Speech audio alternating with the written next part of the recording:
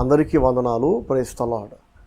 వాక్యం వింటున్న వారందరికీ, చూస్తున్న వారందరికీ ప్రభు అయిన యేసుక్రీస్తు వారి శుభనామంలో వందనాలు తెలియజేస్తున్నాను. లేఖనముల ప్రకారము ప్రభు అయిన యేసుక్రీస్తు వారు మరణించారని, లేఖనముల ప్రకారము 3వ రోజు తిరిగి లేచారని బైబిల్ గ్రంథం సెలవిస్తున్నట్లుగా ఏదైతే ముందుగా చెప్పబడిందో దేవుడు తన ప్రవక్తల ద్వారా తెలియజేశారో అదే యేసు ప్రభు విషయంలో జరిగింది. కాబట్టి ముందుగానే దేవుడు తెలియజేసినట్లుగా ఆయన మరణించడం జరిగింది, మరణం నుంచి తిరిగి లేవటం జరిగింది.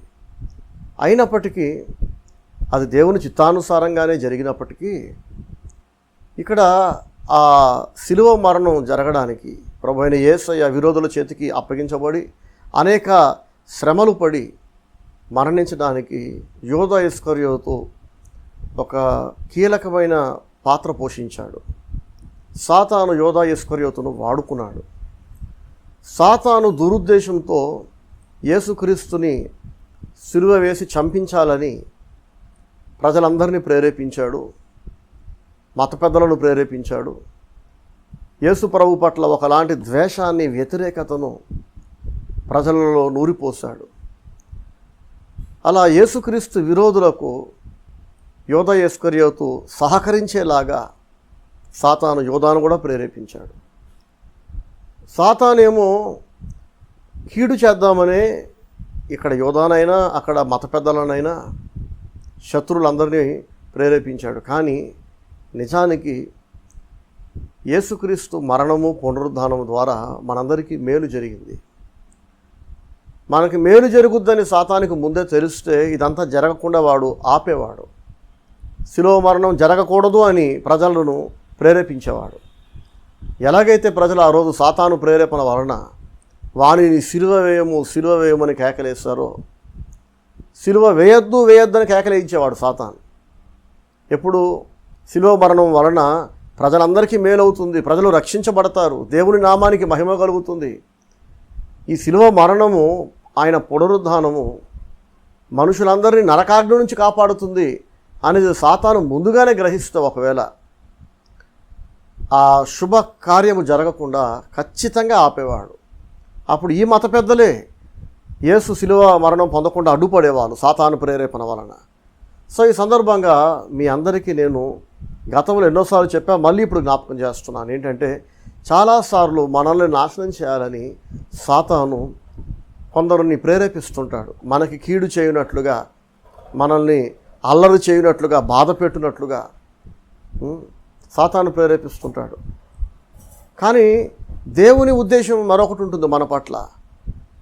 దేన్నైతే సాతాను మనల్ని నాశనం చేయడానికి ప్రారంభిస్తాడో దానిని దేవుడు వాడుకొని మనల్ని నిలబెట్టడానికి, బలపరచడానికి, కట్టడానికి, మనము బాగుపడి అనేక మందికి దీవెనగా ఉండడానికి దేవుడు వాడుకుంటాడు.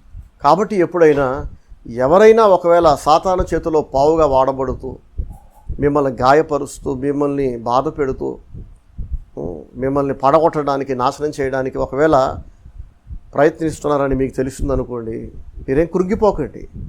సాతాను వాడి పని వాడు చేస్తున్నాడు, మరి దేవుడు ఆయన పని ఆయన చేయడా? కాబట్టి సాతాను ప్రేరేపణ వలన నీతిమంతులను, పరిశుద్ధులను, భక్తులను నాశనం చేయడానికి, పాడు చేయడానికి, నిందలు వేయడానికి, అల్లరి చేయడానికి, కూలగొట్టడానికి ఎప్పుడు అన్ని తరాలలో కొంతమంది ఉంటారు. ఈరోజు దేవుని సేవకుడినైనా నన్ను కూడా బలహీనపరచడానికి చాలామంది వేరువేరు సంవత్సరాలలో, వేరువేరు సందర్భాలలో సాతాను చేతుల్లో కీలు బొమ్మల్లాగా, పావుల్లా వాడబడ్డారు. కానీ దేవుడు సాతాను కుట్రలను నెరవేరనీయలేదు. ఎవరెన్ని కుతంత్రాలు పనినా ఏమండి, సైతానికి చోటిచ్చి సైతాను చేతిలో వాడబడుతూ నాకు సహకరించాల్సింది పోయి, నన్ను బలపరచాల్సింది పోయి, నన్ను బలహీనపరిచే పనులు, నన్ను కృంగదీసే పనులు, కూలగొట్టే పనులు ఎన్ని చేసినా నేను కూలిపోలేదు, బలహీనపడలేదు, పరిచర్య ఆగలేదు. మరింత ఫలభరితంగా ప్రభు మార్చాడు. మునుపటి కంటే ప్రతి సంవత్సరం నేను చూస్తున్నాను, మునుపటి కంటే మరింత మెరుగైన పరిచర్యను, కుటుంబ జీవితాన్ని, ప్రతీది కూడా ఇది అదని కాదండి, ప్రతీది మెరుగవుతూనే ఉంది. కానీ ఆటంకాల మధ్య, వ్యతిరేకతల మధ్య, విరోధం మధ్య, శత్రువుల మధ్య, ఎవరి శత్రువులు అంటే సాతానుకి చోటిచ్చిన వాళ్ళు, లోకాశలతో నిండిపోయి, శరీరేచ్ఛలతో నిండిపోయి, డబ్బు పిచ్చి పట్టుకొని ధనాపేక్షతో ఇప్పటిదాకా అనుభవించిన లోకం చాలదన్నట్లుగా ఇంకా లోకాన్ని జుర్రుకుందాం, ఇంకా తమ స్వార్థం కోసం బ్రతుకుదాం, ఇంకా దేవుని బాధ పెడదాం అనే మెంటాలిటీ కలిగిన వాళ్ళు, మనస్తత్వం కలిగిన వాళ్ళు, ఇలాంటి వాళ్ళు ఖచ్చితంగా తలుపులు తెరుస్తారు సాతాను వాళ్ళ మనసులో దూరడానికి. సో ఎవరైతే లోకాశలతో శరీరేచ్ఛలతో నిండి దేవుని భయం లేకుండా వాక్యానికి వ్యతిరేకంగా బ్రతుకుతుంటారో అలాంటి వాళ్ళందరి జీవితాల్లో సాతాను ప్రవేశిస్తాడు, వాళ్ళని వాడుకుంటాడు, ప్రేరేపిస్తాడు దేవుని పని ఆపడానికి, నీతిమంతులను పరిశుద్ధులను నాశనం చేయడానికి, పడగొట్టడానికి. కానీ సాతాను ఎన్ని కుతంత్రాలు పనినా వాటన్నిటినీ దేవుడు తన భక్తులను మరింత దీవించడానికి, తన పనిని ఇంకా ఫలభరితంగా కొనసాగించడానికి, ఇంకో కొత్త ఎత్తుకు తీసుకుని వెళ్ళడానికి దేవుడు వాడుకుంటాడు. ప్రైజ్ ది లార్డ్, హల్లెలూయా. ప్రియ సహోదరి సహోదరులారా, మనం యోధా ఇస్కరియోతులాగా ఉండకూడదండి. వాడు లోకాశలతో, ధనాపేక్షతో, అధికారకాంక్షతో నిండిన వాడే బయటికి మాత్రం భక్తుడిలాగా మనుషులందరి ఎదుట నటించాడు. ఈ నటన వలన, ఈ మోసం వలన, కపటము వలన, కపట భక్తి, దేవుడంటే కపట ప్రేమ, యేసుక్రీస్తు శిష్యుడు లాంటి ఒక ముసుకేసుకొని యేసు వెంట 3.5 సంవత్సరాల పాటు తిరిగాడు. కానీ వాస్తవం ఏంటంటే బయటికి వీడు శిష్యుడిలా కనబడుతున్నాడు, కనిపించేలాగా అందరిని నమ్మిస్తున్నాడు. యేసు పాటలు పాడుతుంటే వీడు కూడా పాటలు పాడుతున్నాడు. యేసు ప్రభుతో పాటు మిగతా శిష్యులతో పాటు వీడు ప్రార్థనలు చేశాడు. ఆయన బోధనన్నీ విన్నాడు, ఆయన చేసిన అద్భుతాలన్నీ చూశాడు. యోధా ఇస్కరియోతు చూస్తుండగా పుట్టుగుడ్డివాడికి కళ్ళు వచ్చాయి, చనిపోయిన వాళ్ళు బ్రతికారు, కుష్ఠరోగులు స్వస్థత పొందారు, 5 రొట్టెలు 2 చిన్న చేపలు 5,000 మందికి పైగా ఆహారంగా ప్రభువు మార్చినప్పుడు వీడు ప్రత్యక్ష సాక్షి. అలా దీవించబడ్డ రొట్టెలను చేపలను వీడు కూడా పంచాడు ఆ రోజు. కానీ యేసు ప్రభు బోధలు కానీ, ఆయన చేసిన అద్భుతాలు కానీ, ఆయన చేసిన ప్రార్థన కానీ, ఆయనతో కలిసి తిరిగాడు కదా 3.5 సంవత్సరాలు, ఆ సహవాసం కానీ వీడిలో రవ్వంత మార్పు కూడా తేలేదు. అన్నీ వింటున్నాడు, అన్నీ చూస్తున్నాడు, కానీ ఒక రాయిలాగా, గోడలాగా ఉంటున్నాడు. ఇలాంటి వాళ్ళు ఈరోజు మన మధ్య లేరా చెప్పండి? ఆత్మ సంబంధమైన పరిచర్యల్లో అనేక చోట్ల మనం యోధా ఇస్కరియోతు లాంటి వాళ్ళను చూస్తుంటాం. అందరి ముందు చాలా బుద్ధిమంతుల్లాగా, దేవుడంటే చాలా భయం ఉన్నట్లు, భక్తి ఉన్నట్లు, ఆసక్తిగా వింటున్నట్లు తెగ నటిస్తారండి. ఈ నటన ఏదో సినిమాల్లో పెడితే కనీసం ఏదో ఒక స్టార్డమ్ వచ్చేది, మెగాస్టార్ అనో, పవర్ స్టార్ అనో, ఏదో ఒక తొక్కలో స్టార్ వచ్చేది. నా దగ్గరకు వచ్చి నటిస్తే, లేదా ఇంకెక్కడో దేవుని సేవకుడి దగ్గరికి వెళ్ళి ఒక పరిచర్యలో నటిస్తే ఏమొస్తుంది చెప్పండి? యోధా నటించి నటించి నటించి అబద్ధాలాడి మోసం చేసి భక్తుడిలాగా ముసుకేసుకుని యేసుప్రభు శిష్యుడిలాగా కలరింగ్ ఇచ్చి 30 వెండి నాణాలకు యేసుప్రభుని అమ్ముకొని ఏం బాగుపడ్డాడు, ఏమి సాధించాడు చెప్పండి? అపోస్తుల కార్యాలలో యోధా ఇస్కరియోతు అంతము గురించి ఇలా వ్రాయబడి ఉంది. నేను చదువుతున్నా, మీరు చూడండి బైబిల్ ఉంటే. అపోస్తుల కార్యాలు 1వ అధ్యాయము 16 నుంచి 18 వరకు చదువుతున్నా, చూడండి. అపోస్తులు అంటున్నారు, యేసు ప్రభు చనిపోయి తిరిగి బ్రతికారు, వాళ్ళందరూ చూస్తుండగా ఆరోహణమై పరలోక రాజ్యానికి వెళ్ళిపోయారు. అప్పుడు అపోస్తులు అంటున్నారు ఏమనంటే, అపోస్తుల కార్యాలు 1వ అధ్యాయము 16, 17, 18 వచనాలు. సహోదరులారా, యేసును పట్టుకొనిన వారికి త్రోవ చూపిన యోధాను గూర్చి, ఎంత బాధేస్తుంది మాట వింటుంటే. యేసును పట్టుకొనిన వారికి త్రోవ చూపాడట. ఎంత దారుణం! యేసుతో ఉంటున్నాడు, కానీ యేసును ద్వేషించే వారికి సహకరిస్తున్నాడు. దీని గురించి మళ్ళీ మాట్లాడుకుందాం, చూడండి. యేసును పట్టుకొనిన వారికి త్రోవ చూపిన యోధాను గూర్చి పరిశుద్ధాత్మ దావీదు ద్వారా పూర్వము పలికిన లేఖనము నెరవేరవలసి ఉండెను. అతడు మనలో ఒకడుగా ఎంచబడిన వాడై ఈ పరిచర్యలో పాలు పొందెను. చూసారా, ఎంత బాధ కలిగించే మాట ఇది. అతడు మనలో ఒకడుగా ఎంచబడిన వాడై, యేసు ప్రభు శిష్యుడిగా గుర్తించబడ్డాడు, ప్రజలందరి చేత ఎంచబడ్డాడు. యోధాను చూడగానే యేసు ప్రభు శిష్యుడు వచ్చాడని అందరి మన్నన, గౌరవం, ప్రేమ పొందుకున్నాడు. అందరిలో ఒకడిగా, అంటే అక్కడున్న అపోస్తలులో ఒకడిగా ఎంచబడ్డాడు. పరిశుద్ధులలో ఒకడిగా, భక్తులలో ఒకడిగా వీడు గుర్తించబడ్డాడు. కానీ వాడు దానితో తృప్తి చెందలేదు. ఎందుకంటే వాడికి కావాల్సింది అది కాదు. వాడికి కావాల్సింది భక్తి కాదు. వాడికి కావాల్సింది యేసయ్య కాదు. ఇంకేదో ఆశించి ఇక్కడికి వచ్చాడు. ఇంకేదో ఆశించి యేసు ప్రభు శిష్యుడు అవతారం ఎత్తాడు. ఎంత బాధ కదా! వీడికి దక్కిన అరుదైన భాగ్యము, అదృష్టం, వరం చాలామందికి దక్కలేదండి. తనకివ్వబడిన స్థానము, స్థాయి, భాగ్యము యోధ పారేసుకున్నాడు. ఎంతోమంది యేసు ప్రభు శిష్యులుగా ఉందామనుకున్నా, 12 మంది అపోస్తలులుగా ఒకరుగా ఎంచబడాలని కోరుకున్నా కూడా అతి కొద్ది మందికి మాత్రమే ఆ భాగ్యం దొరికింది. ఆ అతి కొద్ది మందిలో యోధ ఒకడు. యేసు వెంట తిరిగే భాగ్యం, యేసును నేరుగా చూసే భాగ్యం, యేసుతో కలిసి పడుకున్నాడు, భోజనం చేశాడు, అనేక ప్రయాణాలు చేశాడు. ఎంతమందికి ఉంటుందండి అదృష్టం కదా! కానీ ఆ విలువను వీడు గుర్తుపట్టలేదు. ఇదే సమస్య అండి చాలామందితో.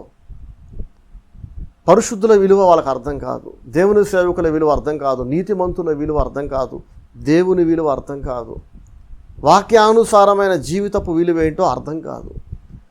వాళ్ళకి దేవుడు ఎంత భాగ్యం ఇచ్చాడో వాళ్ళకి అర్థం కాదు. వాళ్ళకి ఇవ్వబడిన సువర్ణ అవకాశాన్ని యోధా ఇస్కరియోతులాగా ఎంతోమంది పారేసుకుంటూ ఉంటారు, కాళ్ళ కిందేసి తొక్కుతుంటారు, చులకనగా ఎంచుతుంటారు.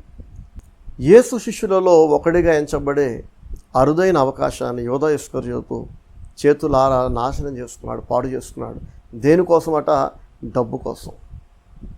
డబ్బే కావాలనుకుంటే ఇంకెక్కడికైనా వెళ్ళి వ్యాపారం చేసుకోవచ్చుగా, ఇంకేదైనా పని చేసుకోవచ్చు కదా, ఇంకేదైనా ఉద్యోగం చేసుకోవచ్చు కదా. అందుకొరకు దేవుని సేవను ఎంచుకోవాలా? చెప్పండి. తన ధనాపేక్షను నెరవేర్చుకోవడానికి, తన ధనాపేక్షను తీర్చుకోవడానికి యేసు శిష్యుడనే ముసుకే వేసుకోవాలా? ఇంకొక మార్గం లేదా? ఎన్నో ఉద్యోగాలు, ఎన్నో వ్యాపారాలు కదా. సరిగ్గా ఇదే మనస్తత్వం కలిగిన వాళ్ళు ఎంతోమంది నాకు అనేక ప్రాంతాలలో ఎదురుపడ్డారు.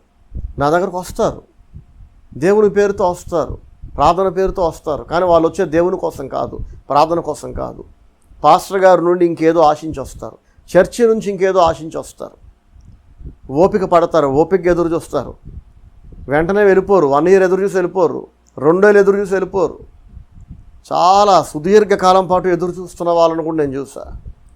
ఈ సంవత్సరం కాకపోతే వచ్చే సంవత్సరం, వచ్చే సంవత్సరం కాకపోతే ఆపై సంవత్సరం. ఈ సంఘం వలన, ఈ పరిచర్య వలన, పాస్టర్ గారి వలన ఏదో ఒక ప్రయోజనం నాకు ఉండకపోతుందా, నాకు డబ్బు అందకపోతుందా? కొందరైతే నేను దేవుని సేవకు వచ్చిన కొత్తలో నేరుగా అడిగేవాళ్ళు, మమ్మల్ని కూడా మీ పరిచర్యలో ఏదో ఒక బ్రాంచ్ చర్చిలో పాస్టర్గా పెట్టండి బ్రదర్. లేదా వేరే వాడితో అడిగిస్తుంటారు. కొంతమంది నేరుగా అడగరు, కొందరు నేరుగా అడిగేస్తారు. ఇంకొంతమంది అయితే వాళ్ళ కుటుంబీకుల చేత, బంధువుల చేత, తోటి సంఘస్థుల చేత అడిగిస్తుంటారు. మమ్మల్ని కూడా సంఘ కాపరిగా పెట్టండి ఎక్కడో చోట. దేనికి అని అడిగితే కొందరు సూటుగా చెప్తారు, సుత్తి లేకుండా. కొంతమంది ఏమో ఇండైరెక్ట్గా చెప్తుంటారు. ఆ సంఘము మీద ఆధారపడి వీళ్ళు బ్రతకటాకట, సంఘము వలన వచ్చే ఆదాయాన్ని అనుభవించడానికట. ప్రియ సహోదరి సహోదరులారా, ఒకడు దేవుని సేవకుడుగా పిలువబడ్డందు వలన దేవుని సేవలో వచ్చే కానుకలను స్వీకరించడం వేరు. కానీ కానుకలు స్వీకరించడానికే ఒకడు దేవుని సేవకుడు అవ్వాలనుకున్నాడు అనుకోండి, అది ఎంత శాపం చెప్పండి, ఎంత తప్పు. తన పరిచర్య కొరకు ప్రభు నన్ను పిలిచారు కాబట్టి నేను వచ్చాను. ఎవరు సహకరించకపోయినా, ఎన్ని కష్టాలు వచ్చినా, ఎన్ని బాధలు పడుతున్నా దేవుని సేవ చేస్తున్నావు అన్న మానట్లేదు. దేవుడు నిన్ను తన సేవ కొరకు పిలవనప్పుడు, ఆయన పంపనప్పుడు నీకెందుకు ఆరాటం, నీకెందుకు ఉబలాటం? డబ్బే సంపాదించాలనుకుంటే ఏదో ఒక ఉద్యోగం చేసుకోవచ్చు కదా, ఏదో ఒక వ్యాపారం చేయొచ్చు కదా. దేవుని సేవ అంటే ప్రాణాన్ని కూడా దేవుని కొరకు, ప్రజల కొరకు ఇచ్చేయడానికి రావాలి. దేవుని అడ్డం పెట్టుకొని, పరిచర్ని అడ్డం పెట్టుకొని ఇంకేదో జురుకుందాం, పిండుకుందాం, మన స్వార్థానికి, మన ప్రయోజనానికి వాడుకుందామనే ఉద్దేశంతో రాకూడదు, తప్పు. కానీ ఈనాడు చాలా చోట్ల ఎక్కువ మంది చేస్తున్నది అదే కదా. ఏ ఉద్యోగం రాకపోతే, ఏ వ్యాపారం క్లిక్ అవ్వకపోతే చదువు లేకపోతే చాలామంది బైబిల్ ట్రైనింగ్ చేసేసి ఎక్కడో ఒక చోట దేవుని సేవకులుగా సంఘ కాపరులుగా కొత్త అవతారం ఎత్తుతున్నారు. దానివలన దేవుని నామం దూషించబడుతుంది. అన్యజనుల ఎదుట సమాజంలో దేవుని సేవకులకు నా గౌరవం తగ్గిపోతుంది. వాక్యం చెప్తున్నారు కానీ ఆ వాక్యానికి విలువ లేకుండా పోతుంది. దేవుని సేవ అందరూ చేయకూడదు. దేవుడు ఎవరిని పిలుస్తాడో, ఎవరిని అభిషేకిస్తాడో, ఎవరిని పంపుతాడో వాళ్ళే దేవుని సేవ చేయాలి. మిగతా వాళ్ళు ఏం చేయాలంటే అలా పిలువబడిన దేవుని సేవకులకు సహకరించాలి. పరలోకములో ఇద్దరికీ సమాన ప్రతిఫలం దేవుడిస్తాడు. దేవుని సేవకులకి అలాగే దేవుని సేవకులకు సహాయం చేస్తూ బలపరుస్తూ సహకరించిన వాళ్ళకి ఆ సహకారులకు సమానంగా నిత్యత్వంలో దేవుడు ప్రతిఫలం ఇస్తాడట బైబిల్ చెప్తుంది మనకి. అయితే యూదా ఇస్కరియోతు యేసు వెంట తిరిగాడు, యేసు శిష్యులలో ఒకడుగా పరిచర్యలో పాలు పొందాడని రాస్తుంది. ఇవన్నీ చేసింది వాడు డబ్బు కోసమే. దేవుడు వాడిని పిలిచాడు, కానీ ఆ పిలుపుని వీడు దుర్వినియోగపరుచుకున్నాడు. చాలామంది సేవ కొరకు పిలువబడ్డ సేవకులు కూడా దేవుడు వారికి ఇచ్చిన ఆ భాగ్యాన్ని యూదా ఇస్కరియోతులాగా దుర్వినియోగం చేసుకోవటం నేను చూశాను. ఎంతో బాధ అనిపించేది. చాలా అద్భుతంగా వాక్యం చెప్తారు, వారిలో అనేక పరిశుద్ధాత్మ తలాంతులు పనిచేయటం నేను చూసా. దేవుని పిలుపు అక్కడ ఉంది, దేవుడు వాళ్ళని వాడుకుంటున్నాడు. కానీ మెల్లమెల్లగా కాలం గడిచే కొద్దీ దేవుడు వారిని ఏ పిలుపుతో పిలిచాడో, ఎందుకోసం పిలిచాడో ఆ వాస్తవాన్ని విస్మరించి మెల్లమెల్లగా లోకాశలతో నిండిపోయి, ధనాపేక్షతో నిండిపోయి, పిలుపుని మర్చిపోయి లోకస్తులలా మారిపోయిన వాళ్ళు ఎంతోమంది ఉన్నారండి.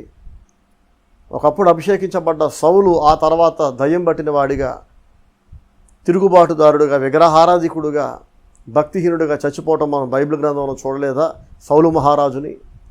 అలా ఎంతోమంది ఒకప్పుడు పిలువబడ్డ వాళ్ళే, అభిషేకించబడ్డ వాళ్ళే, వాడబడ్డ వాళ్ళే, కానీ కాలక్రమంలో వారు తమ పిలుపును విడిచి, దేవుణ్ణి మరచి, వాక్యాన్ని విడిచిపెట్టి, దేవుని కంటే, భక్తి జీవితం కంటే, వాక్యానుసారమైన జీవితం కంటే లోకాశలు శరీరెచ్చలకి ఎక్కువ ప్రాధాన్యతనిచ్చి తమ శరీరెచ్చల కోసం, ధనాపేక్ష కోసం ఆనాడు యూదా ఇస్కరియోతులాగా యేసుక్రీస్తుని వాక్యాన్ని పక్కన పెట్టిన వాళ్ళు ఎంతోమంది ఉన్నారు.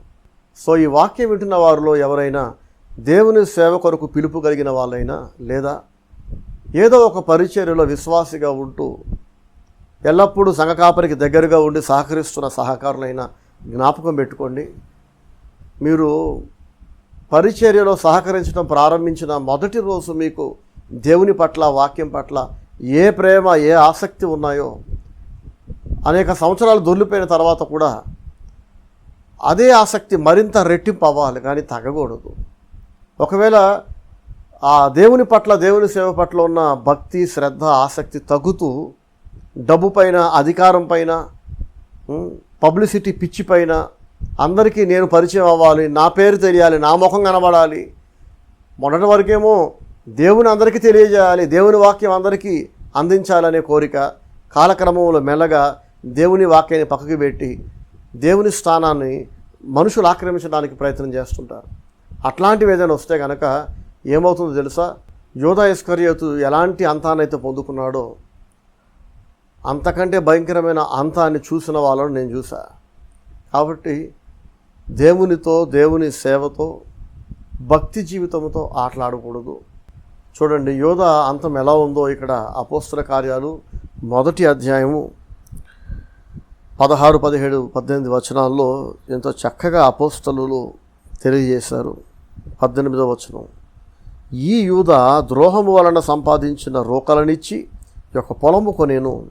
అతడు తలకిందులుగా పడి నడిమికి బద్దలైనందున అతని పేగులన్నీ బయటికి వచ్చాను. చూసారండి, యూదా ఇస్కరియోతు తర్వాత ఉరి పోసుకున్నాడట. యేసుప్రభుని అప్పగించిన తర్వాత ఉరి వేసుకొని చనిపోయాడు. అతనికి నెమ్మది లేదు. అక్రమంగా, నీతి విరుద్ధంగా, న్యాయ విరుద్ధంగా దేవుని భయం విడిచి చాలా డబ్బు దొంగతనం చేశాడు. ప్రతిరోజు యేసుప్రభు వెంట అనేక ప్రాంతాలు తిరిగేవాడు కదా.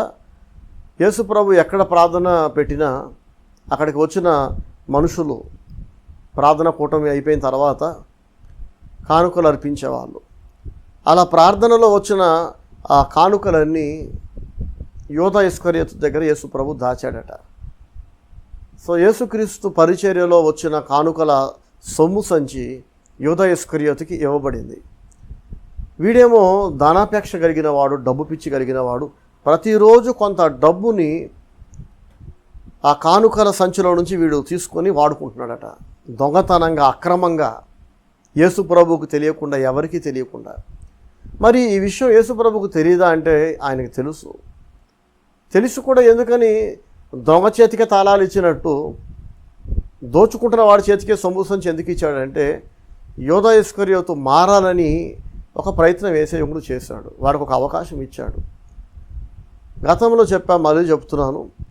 ఎంతోమంది నన్ను అడిగేవాళ్ళు, ఫలానా వ్యక్తిని, ఫలానా కుటుంబాన్ని మీరెందుకు ఇంకా రాణిస్తున్నారు బ్రదర్ చర్చికి, మీరెందుకు వాళ్ళ ఇంటికి వెళ్తున్నారు, వాళ్ళు మంచోళ్ళు కాదు కదా, గతంలో ఎంతో ద్రోహం చేశారు, కీడు చేశారు, అస్సలు ప్రేమ లేని వాళ్ళు, కృతజ్ఞత లేని వాళ్ళు, ఎంతో కీడు చేసిన వారిని మళ్ళీ ఎందుకు రాణిస్తున్నారు, అట్లాంటి వాళ్ళ ఇంటికి మీరెందుకు వెళ్తున్నారు అని కొందరు నన్ను అడిగేవాళ్ళు.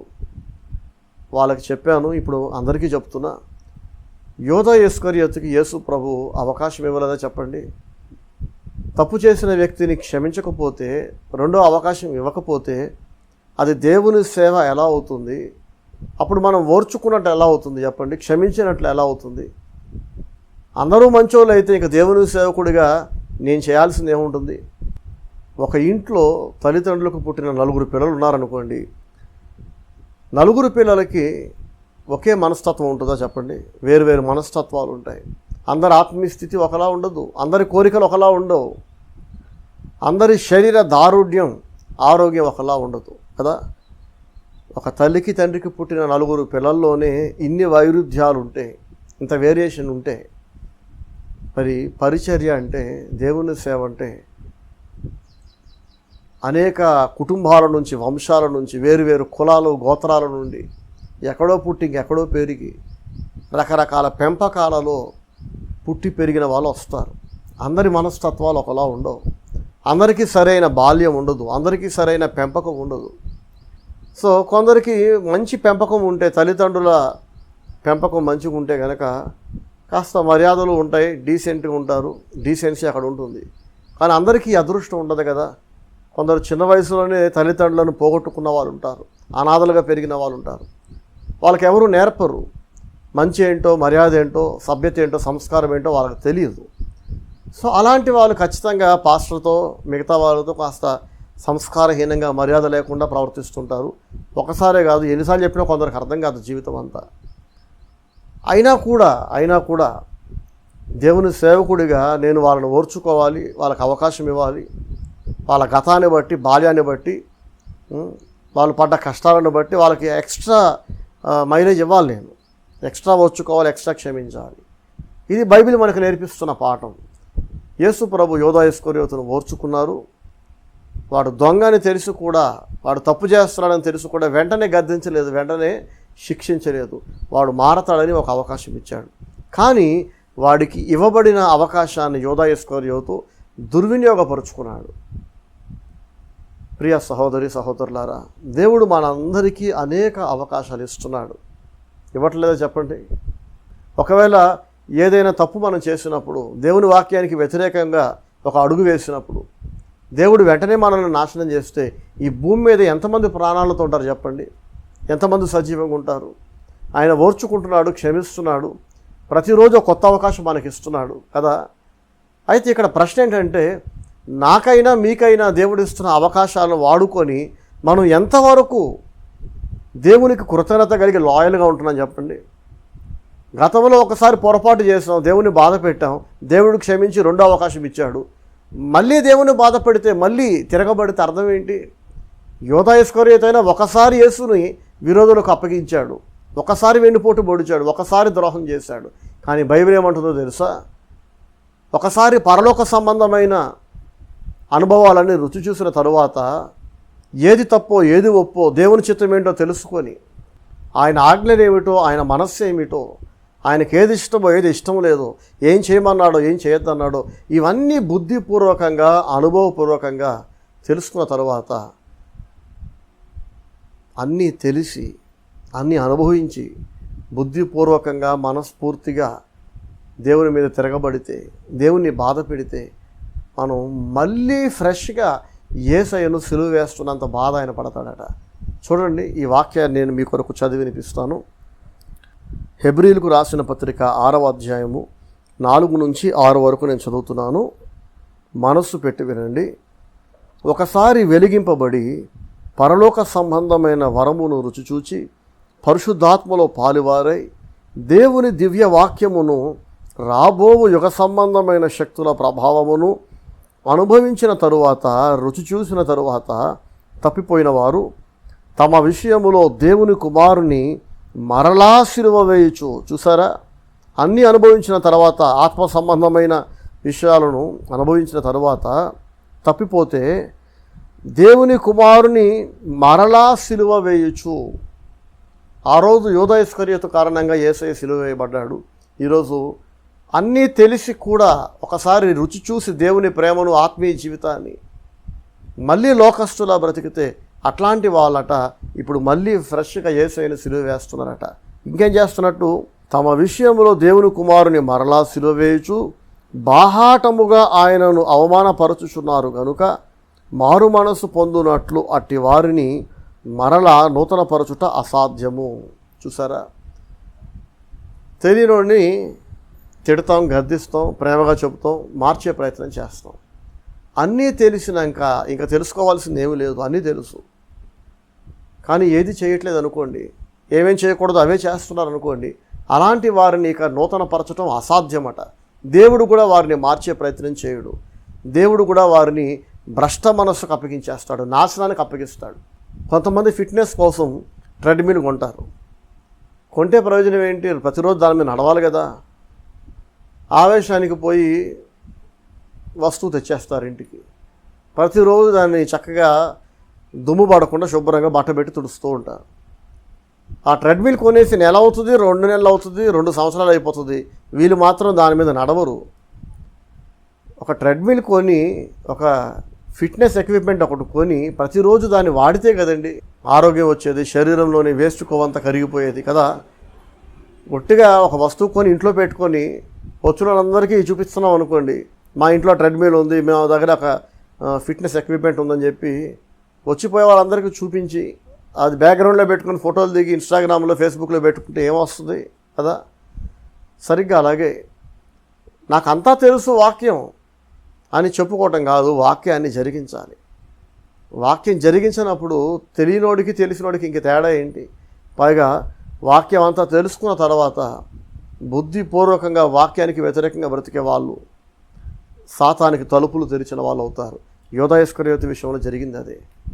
ఎందుకని సాతాను వాడిలో ప్రవేశించాడంటే వాడికి తెలియంది ఏమీ లేదు, వాడికి అన్నీ తెలుసు. ఎందుకంటే వాడి గురువు ఎవరంటే సాక్షాత్తు ప్రభువైన యేసుక్రీస్తే.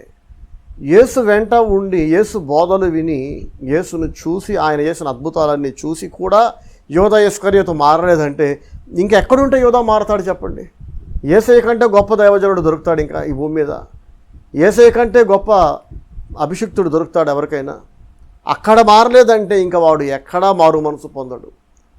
అక్కడ అన్నీ చూసి అన్నీ విని అన్నీ పొందుకొని కూడా వారిలో రవ్వంత మార్పు కూడా లేదంటే ఇంకా ఎక్కడికి వెళ్ళినా ఎవరి ప్రసంగాలు విన్నా వీడు మారడు. సరిగ్గా యూదా ఇస్కరియోతు ఎలాగైతే యేసయ్య వెంట తిరిగి యేసు బోధలు విని అన్ని అద్భుతాలు చూసి పొందుకొని కూడా మారలేదో, అంతకంతకు చెడిపోయాడో, శాపగ్రస్తమైన చావు చచ్చాడో, ఆనాటి యూదా ఇస్కరియోతులాగా నేడు మన తరములో మన సంఘాలలో పరిచర్యలో కూడా మనం చూస్తుంటాం నేటి యూదా ఇస్కరియోతులను. దైవజనుడు మంచోడే, పరిచర్య మంచిదే, లోపం దేవుని సేవకుడి దగ్గర ఉండదు.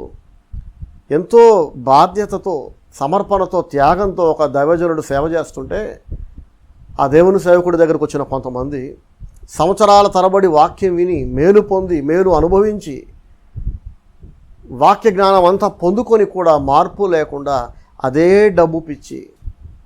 కొన్నేళ్ల క్రితం వాళ్ళు వచ్చినప్పుడు ఏ డబ్బు పిచ్చి ఉంటుందో కొన్ని ఏండ్లు గడిచిపోయిన తర్వాత కూడా అదే దానాపేక్ష, అవే శరీరేచ్ఛలు, అదే గర్వం, అవే అబద్ధాలు, అవే మోసం, అవే ఎచ్చులు, అవే పిచ్చి వేషాలు, పిచ్చి చేష్టలు. ఒకరిద్దరి గురించి కాదండి, చాలామంది చాలా ప్రాంతాలలో ఇటువంటివి చూసినప్పుడు బాధ అనిపిస్తుంటుంది. యేసు వెంట ఒక యోధ ఇస్కరియోతు ఉన్నాడు, కానీ ఈరోజు మన జనరేషన్లో ఆత్మ సంబంధమైన ప్రతి పరిచర్యలో అనేక మంది యోధ ఇస్కరియోతులు మనం చూడొచ్చు. కాదంటారా చెప్పండి? ఈ తరం యోధ ఇస్కరియోతులు అన్నమాట వాళ్ళంతా. ప్రియ సహోదరి సహోదరులారా, ఈ వాక్యం వింటున్న మీరు యోధ ఇస్కరియోతులాగా ఎప్పుడైనా ప్రవర్తించారా? యోధ ఇస్కరియోతు అనగానే యేసుక్రీస్తు శిష్యుడి ముసుకేసుకున్న ఒక లోక సంబంధి, భక్తుడులాగా నటించే ఒక దొంగ, ఒక ధనాపేక్షతో నిండిపోయిన, లోకాశలతో శరీరేచ్ఛలతో నిండిపోయి కూడా మనుషులందరి ఎదుట మాత్రం బుద్ధిమంతుడిలాగా, భక్తుడులాగా అందరినీ నమ్మిస్తూ ఏమారుస్తూ తిరిగే భక్తిహీనుడు. ప్రియ సహోదరి సహోదరులారా, ఇలాంటి నాటకాలు, ఇలాంటి రంగులు, ఇలాంటి ముసుగులు మీ దగ్గర ఏమైనా ఉన్నాయా? మిమ్మల్ని సూటిగా అడుగుతున్నాను. మీ అంతరంగములో భక్తి లేకుండా, అంతరంగంలో దేవునికి చోటు లేకుండా, మీ మనస్సు నిండా ధనాపేక్ష, శరీరేచ్ఛలు, లోకాశలతో నింపేసుకొని మీ పాస్టర్ గారి ముందు, వేరే విశ్వాసుల ముందు, సమాజంలోని మనుషుల ముందు మీరు అందరికంటే బుద్ధిమంతుల్లాగా, నీతిమంతుల్లాగా నటిస్తున్నారనుకోండి, మీరు కూడా ఈ జనరేషన్ యోధ ఇస్కరియోతు అన్నమాట. ఆనాడు యోధ చేసిన తప్పులన్నీ మీరు కూడా చేస్తారు ఖచ్చితంగా. ఆనాడు వాడు డబ్బుల కొరకు కక్కుర్తిపడి వాడికి ఇవ్వబడ్డ భాగ్యాన్ని, దాని విలువ అర్థం చేసుకోకుండా యేసుక్రీస్తుని ఎలాగైతే అమ్మేశాడో మీరు కూడా ఖచ్చితంగా అదే తప్పు చేస్తారు. మీ పాస్టర్ గారి విలువ మీకు అర్థం కాదు, మీ పరిచర్య విలువ మీకు అర్థం కాదు. అది విలువ లేనందుకు మీరు ఆ పరిచర్యను, కాపరిని తగ్గించటం కాదు, ఆ విలువ గుర్తుపట్టే తెలివి మీకు లేదు. ఒక దైవజనుడి విలువ, ఒక అభిషిక్తుడి విలువ, దేవుడు అభిషేకించి పంపిన ఒక దేవుని సేవకుడి విలువ అర్థం కావాలంటే యోధ ఇస్కరియోతు లాంటి భక్తిహీనుడికి ఏమర్థం అవుతుందండి? ఆ రోజైనా ఈ రోజైనా చెప్పండి. ఒక బుద్ధిహీనురాలు కొన్నేళ్ల కిందట నాకు ఫోన్ చేసి ఇలా అడిగింది, మీరే గనక నిజంగా మంచి సేవకులే అయితే మీ దగ్గరికి ప్రార్థనకు వస్తున్న మా అన్నయ్యలో ఎందుకు మార్పు లేదు అని అంటది.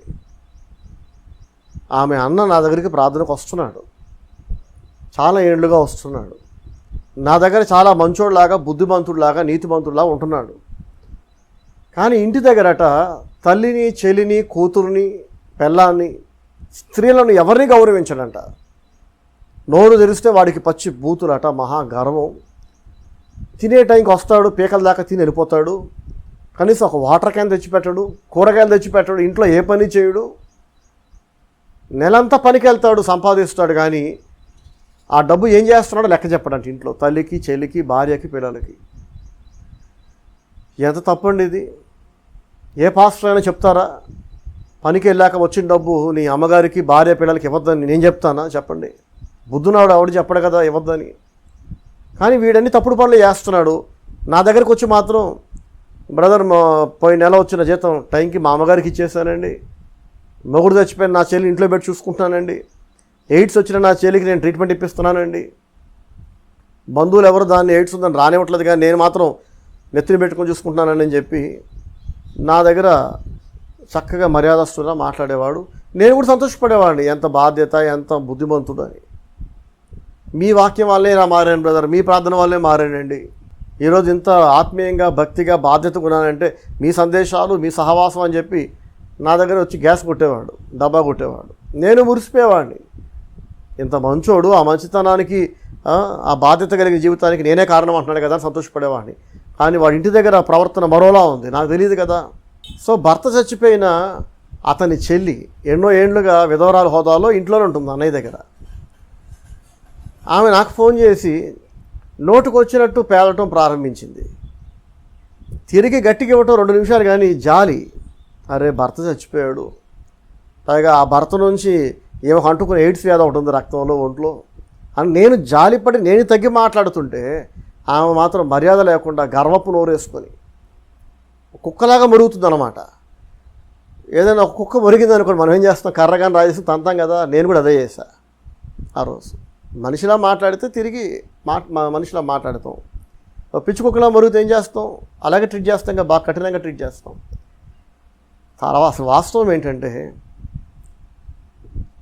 బాధ్యతను గాలికి వదిలేసిన ఈమె అన్న మంచోడు కాదు, మీ దగ్గరికే ప్రార్థనకు వస్తున్నాడు, మీరు మంచోళ్ళు అయితే మా అన్నయ్య మారేవాడు కదా అంటది ఈమె. సో ఆ రోజు నేను ఆమెతో ఇలా చెప్పా, చూడమ్మా, మీ అన్నయ్య మారకపోవడానికి కారణం నేను కాదు, నేను మంచి సేవకుడినే, నేను పరిశుద్ధాత్మ ప్రేరేపణ వలన వాక్యం ఉన్నట్టుగా చెప్తున్నా, నేను జరిగించమని అందరికీ చెప్తున్నా. ఆ దరిద్రుడు జరిగించకపోతే నేనేం చేయాలి? వాడు నా దగ్గర నటించి మీ దగ్గర ఎదవలా బ్రతికితే అది నా తప్పు కాదని నేనంట. ఆమె అంటది, తప్పంతా మీదే, మీరు మంచి పాస్టర్ అయితే మా అన్నయ్య ఎప్పుడో మారేవాడు అంటది. చూడండి, కాస్త కూడా బుర్ర లేకుండా చెప్పేది అర్థం చేసుకునే మెదడైనా ఉండాలి కదా. చెప్పేవాడికి మాత్రమే జ్ఞానం ఉంటే సరిపోదు, వినేవాడికి కూడా అర్థం చేసుకునే మెదడు ఉండాలి. అర్థం చేసుకునే తెలివి, గ్రహించే శక్తి మెదడు లేని ఒక వ్యక్తికి ఏం చెప్తాం చెప్పండి? ఒక గ్లాసు నీళ్ళు మాత్రమే మనం పోయగలం కదా, బిందెడు నీళ్ళు పోయలేము. కాబట్టి చిన్న పిటతలక వేసుకొని కొంచెం మెదడు పెట్టుకొని, చాలామందికి అసలు బేసిక్ కామన్ సెన్స్ ఉండదండి, చెప్పేది అర్థం చేసుకునే మెదడు కూడా ఉండదు వాళ్ళకి. అలాంటి వాళ్ళకి చెప్పిన ప్రయోజనం ఏంటి? అయినా చెప్పాను ఆమెకి, యేసు ప్రభు వెంట ఉండి కూడా యూదా ఇస్కరియోతు మారలేదు, అందుకు యేసు ప్రభువుని తప్పుపడదామా? యేసు ప్రభు మంచోడు కానందుకే యూదా చెడిపోయాడు, అందుకే శత్రువులతో చేయగలిపి యేసు ప్రభువుని అమ్మేశాడని అనగలమా చెప్పండి? యేసు వెంట ఉండి కూడా యూదా ఇస్కరియోతులో రవ్వంత మార్పు కూడా రాలేదు, అయినప్పటికీ దానికి యేసు ప్రభు కారకుడు కాదు. యేసు ప్రభు అభిషిక్తుడే, పరిశుద్ధాత్మ వలన జన్మించిన వాడే. అలాంటి దేవుని దగ్గర, అంత గొప్ప యేసయ్య దగ్గర ఉండి కూడా వీడు మారలేదంటే వాడు పెద్ద ఎదవ, వాడు సైతానికి చోటిచ్చాడు లోకాశలతో నుండి. ఎలీషా లాంటి గొప్ప ప్రవక్త దగ్గర ఉండి కూడా అన్నీ చూశాడు. ఎలీషా దగ్గరికి ఎవరెవరో వస్తున్నారు, మేలు పొందుతున్నారు, స్వస్థతలు పొందుతున్నారు, బాగుపడుతున్నారు, కుటుంబాలు జీవితాలు కట్టుకుంటున్నారు.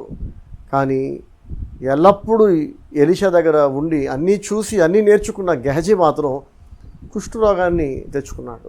వాళ్ళ మార్పు లేదు.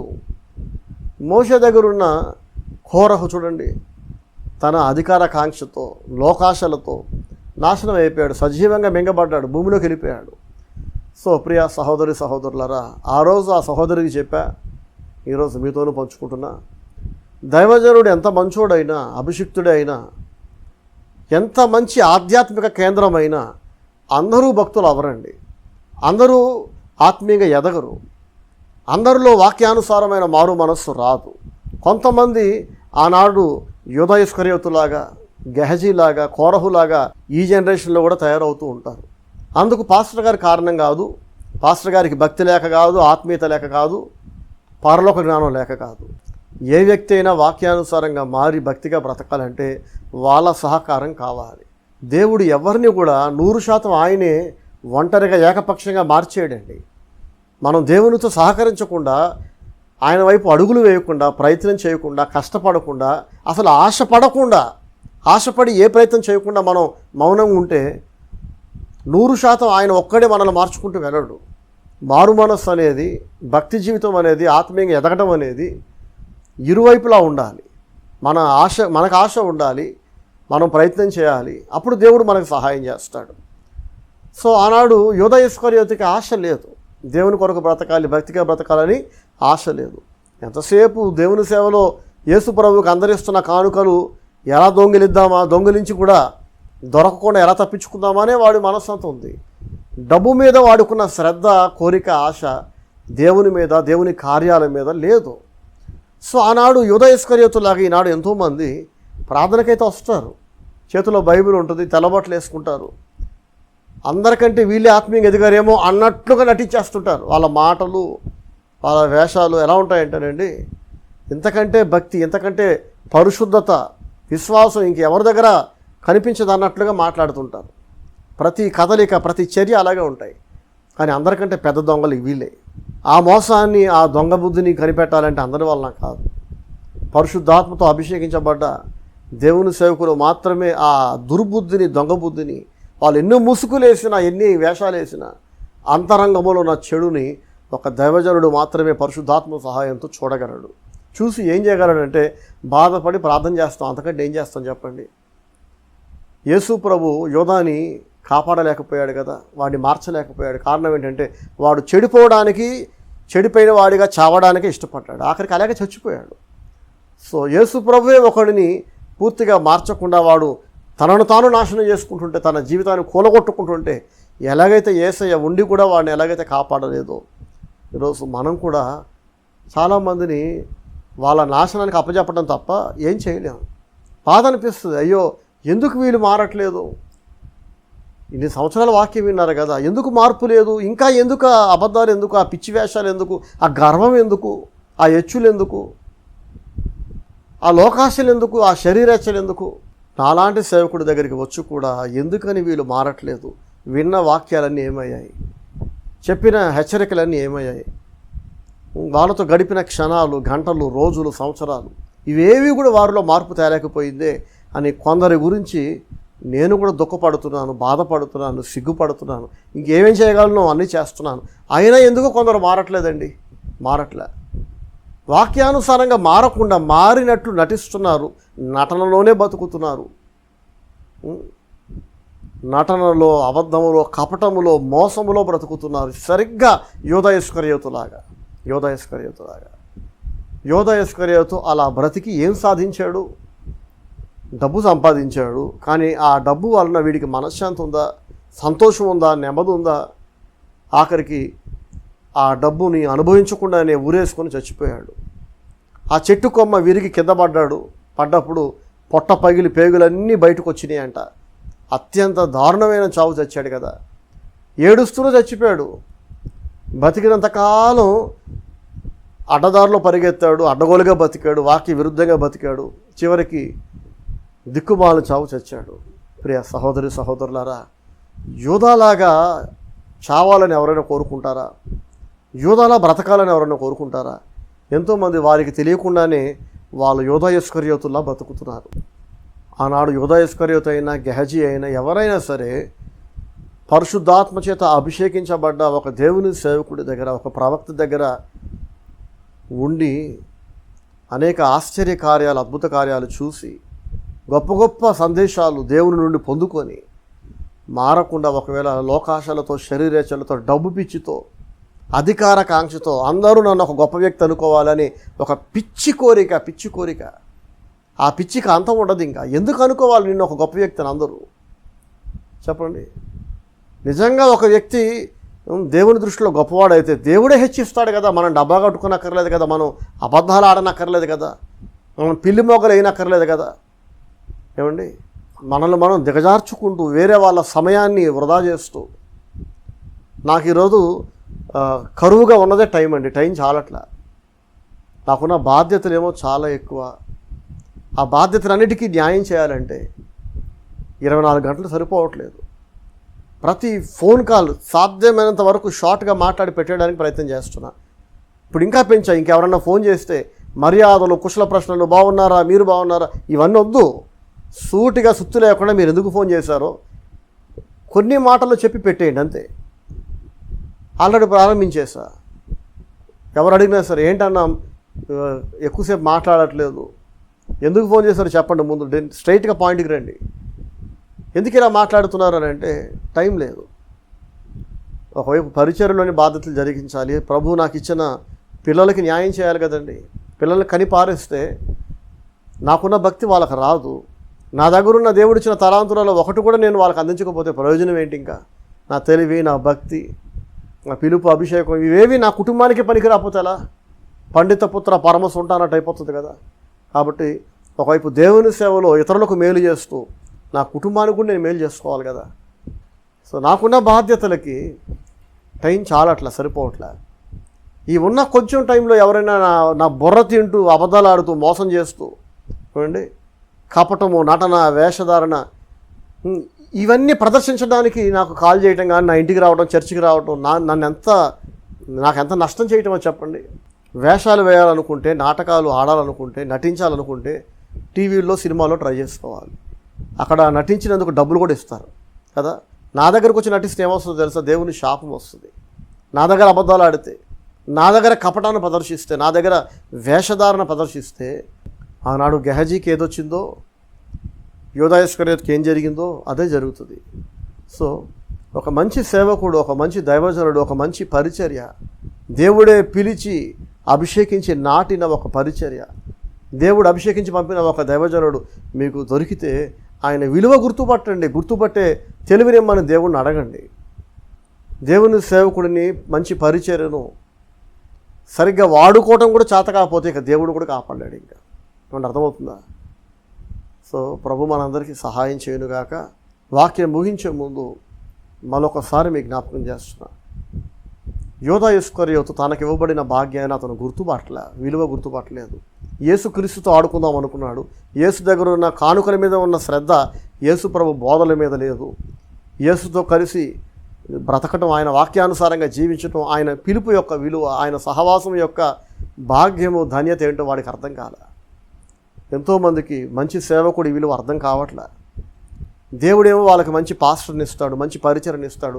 కానీ వీళ్ళు గర్వానికి పోయి ఆ దేవుని సేవకుడు కంటే, ఆ పరిచర్య కంటే వీళ్ళు ఇంకా తెలివేలో అనుకొని, ఇంకా గొప్పలో అనుకొని వీళ్ళు అనుకుంటారు. మనం అనుకున్నవని నిజాలు కాదు కదా. అది నిజం కాదని వీళ్ళకి బుర్రకెక్కే టైంకి విలువైన కాలాన్ని వృధా చేసుకుంటారు, డబ్బులన్నీ నాశనం చేసుకుంటారు, జీవితాన్ని తగలేసుకుంటారు. టైం పోగొట్టుకొని, డబ్బులు పోగొట్టుకొని, పరువు పోగొట్టుకొని, గుండెలు తగలబడి కాలి బూడిదయ్యాక అప్పుడు ఏడుపు మొఖాలతో ఊసూరుమంట కాలు ఈడ్చుకుంటూ మళ్ళీ నా దగ్గరకు వస్తారు. ఈ గ్యాప్లో నన్ను వద్దనుకుని వీళ్ళు వెళ్ళిపోతారు. ఈ గ్యాప్లో ఇంకెవరెవరో చాలామంది వచ్చి వాళ్ళు బాగుపడుతుంటారు. వచ్చి తెలుసా అండి, విలువ గుర్తుపట్టకుండా వద్దనుకొని వెళ్ళిపోయిన ఎంతోమంది తప్పు తెలుసుకొని వాళ్ళు వచ్చే ఈ గ్యాప్లో దేవుని సేవకుడి విలువ గుర్తుపట్టి ఇలాంటి పాస్టర్ గారు దొరకడం మా అదృష్టం, ఇంత గొప్ప పరిచర్యలో మేము పాలు పొందడం మా భాగ్యం, మా ధన్యత అనుకొని ఆ విలువ గుర్తుపట్టిన ఎంతోమంది పాస్టర్ గారిని గౌరవిస్తూ, ఆయన బోధల ప్రకారం వాక్యానుసారంగా జీవిస్తూ వీళ్ళు ఎక్కడికో వెళ్ళిపోతారు. పాస్టర్ గారు దీవించబడతారు, పరిచర్య దీవించబడుతుంది. కొత్తగా వచ్చిన వాళ్ళు ఎంతోమంది స్థిరపడతారు, దీవించబడతారు, ఆత్మీయంగా, ఆర్థికంగా, శారీరకంగా, అన్ని రకాలుగా. కానీ మొట్టమొదటి నుంచి ఉన్నారు మొదటి నుంచి. కానీ యోధా ఇస్కరియోతులా ఉంటే ప్రయోజనం ఏంటి? నటన, కపటం, మోసం, అబద్ధాలు, వేషధారణ, ఇవే కదా యోధా అంటే. అవన్నీ కలిగి ఉండి యోధా ఏం బాగుపడ్డాడు? అవన్నీ కలిగి ఉంటే ఈరోజు మనమేం బాగుపడతాం చెప్పండి. సో యోధా ఇస్కరియోతు లక్షణాలలో ఒకటి కూడా మీ దగ్గర ఉండడానికి వీల్లేదు. ఉంటే గనక అవన్నీ ఉండి వాడే బాగుపడాల, మనం బాగుపడతామా చెప్పండి? యోధా లాంటి అంతమే మనకు రాదా? సో శాపగ్రస్తమైన జీవితం, శాపగ్రస్తమైన చావు, అవమానకరమైన ముగింపు, చరిత్రహీనులుగా యోధా ఇస్కరియోతులా మనం కూడా మిగిలిపోతాం. ఈ వాక్యం వింటున్న వారిలో ఎవరైనా ఒకవేళ భక్తిగా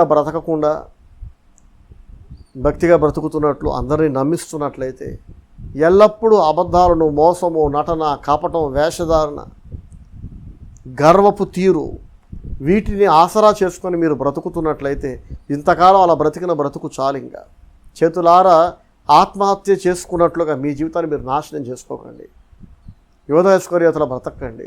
12 మంది అపోస్తలులలో మిగతా 11 మంది యేసయ్య విలువను గుర్తుపట్టారు, ఆయన్ని గట్టిగా హత్తుకున్నారు, బాగుపడ్డారు. కానీ వీడు నాశనం అయిపోయాడు. యోధా ఇస్కరియోతులాగా ఏ ఒక్కరూ కాకూడదు అనేదే నా ఆశ. కానీ నేను ఆశపడ్డంత మాత్రాన అందరూ బాగుపడ్డారు కదా. యేసు ప్రభు ఎంత ఆశపడ్డా, ఏం చేసినా ఆఖరికి యోధా తనను తానే నాశనం చేస్తున్నాడు. సైతానికి చోటిచ్చాడు.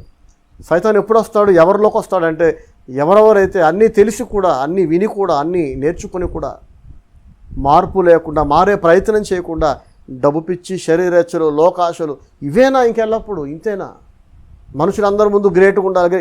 ఈ పిచ్చి తలకెక్కితే తాగుబోతాడు, తాగి చచ్చినట్టుగా. ఎంతసేపు మనుషులను ఇంప్రెస్ చేయడానికి, మనుషుల ముందు డబ్బా కొట్టుకోవడానికి, మనుషుల ముందు గ్రేట్గా బతకడానికి, ఇలాంటి చిల్లర కోరికలు, బుద్ధిహీనమైన లక్ష్యాలు, బుద్ధిహీనమైన కోరికలతో జీవితాన్ని నాశనం చేసుకోకూడదు. తప్పు, చాలా తప్పు ఇది.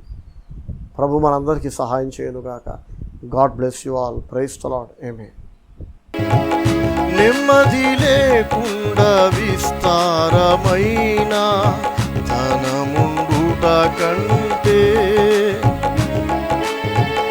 నెమ్మది లేకుండా విస్తారమైన ధనముండుట కంటే, దేవుని అందలి భయభక్తులతో మేలు